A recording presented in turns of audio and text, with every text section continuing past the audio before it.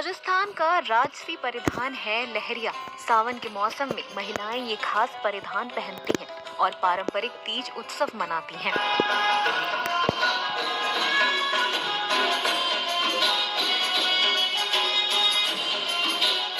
विवाहित महिलाओं के लिए लहरिये का खास महत्व है।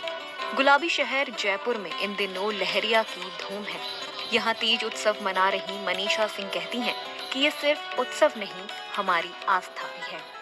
तीज सुहागिनों के लिए बहुत ज़्यादा महत्व रखती हैं और जिस तरह से हमने यहाँ पारंपरिक तरीके से पूजा की है, जिस तरह से तीज माता की पहले पूजा की जाती है, उसके बाद में एक झाड़ होता है, उसमें कांटे होते हैं, उससे हम मोठ भिगो के और उनमें चुबाते हैं और अपने जो अपने दुख दर्द है उनको भूल कर और हम अपने सुहाग की कामना करते हुए इसकी पूजा करते हैं और साथ में मिलकर लहरिया पहनकर घूमर करके और घेवर खाकर और अपना एक तरह कलरफुल तरीके से रंग बिरंगी संस्कृति है जिस तरह से हमारी है, तो हमने साथ में मिलकर हम उन्हें मनाते हैं और अपनी खुशियाँ बांटते हैं, क्योंकि खुशियाँ बांटने से ही बढ़ती है। बस्सी राजघराने की पूर्व रानी महेंद्र कंवर बताती हैं कि हमारी मान्यता है कि भगवान शंकर को पति के रूप में पाने के लिए माता पार्वती ने 107 जन्म लिए थे। माँ पार्वती के कठोर तप और उनके 108वें जन्म में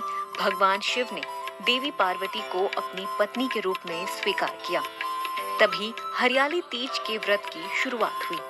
शिव पार्वती के जोड़े को हम लोग इतना पवित्र और इतना महान मानते हैं कि हम चाहते हैं कि हमारा जोड़ा भी शिव पार्वती की तरह ही हो। सुहागिन ने हमेशा अपने पति की रक्षा के लिए, अपने सुहाग के लिए ये पार्वती जी की और शिव की पूजा करते हैं और तीज का त्योहार मनाते हैं। फिर इसको और भी ज़्यादा आकर्षित बनाने के लिए सावन की फुहारों में झूले लगाए जाते हैं, पेड़ों पे फिर झूले झूले जाते हैं। राजस्थान में तीज के त्योहार पर ये सतरंगी परिधान धारण किया जाता है। कहते हैं कि कुदरत ने मरु प्रदेश को हरियाली के रंग कुछ कम दिए, तो यहाँ लोगों ने अपने पहनावे में ही 7 रंग भर लिए। इसलिए लहरिये के ये लोग रंग यहाँ की लोक संस्कृति में भी झलकती है।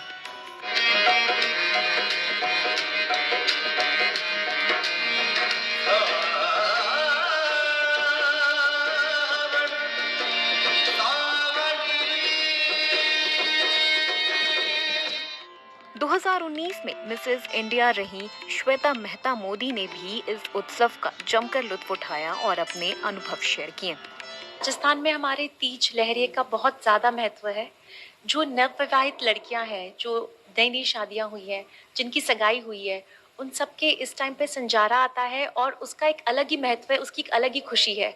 हम सावन के आने के लिए भी हम तीज और लहरिया मनाते हैं, उसकी खुशी के लिए मनाते हैं। तो झूले, मेहंदी, श्रृंगार, ये सब हमारे लहरिये को एक इस्टेब्लिश्ड फॉर्म के अंदर, जिसका बोलते हैं ना कि हमारा एक एंटरटेनमेंट का, सब लेडीज़ को इकट्ठा होने का, साथ में बातें करने का ये एक जगह है जहाँ पर एक त्योहार है, जहाँ पे हम सब इकट्ठा होकर मनाते हैं।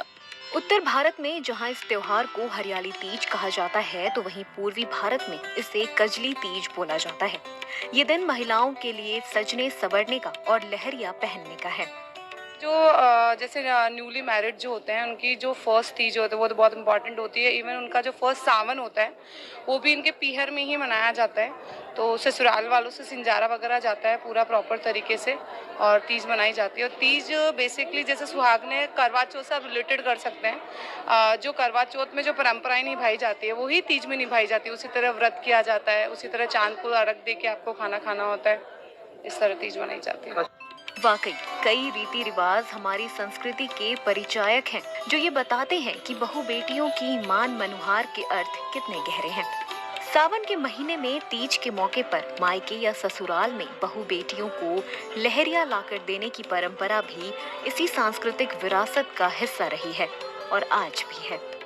ईटीवी भारत के लिए जयपुर से जसवंत सिंह की रिपोर्ट।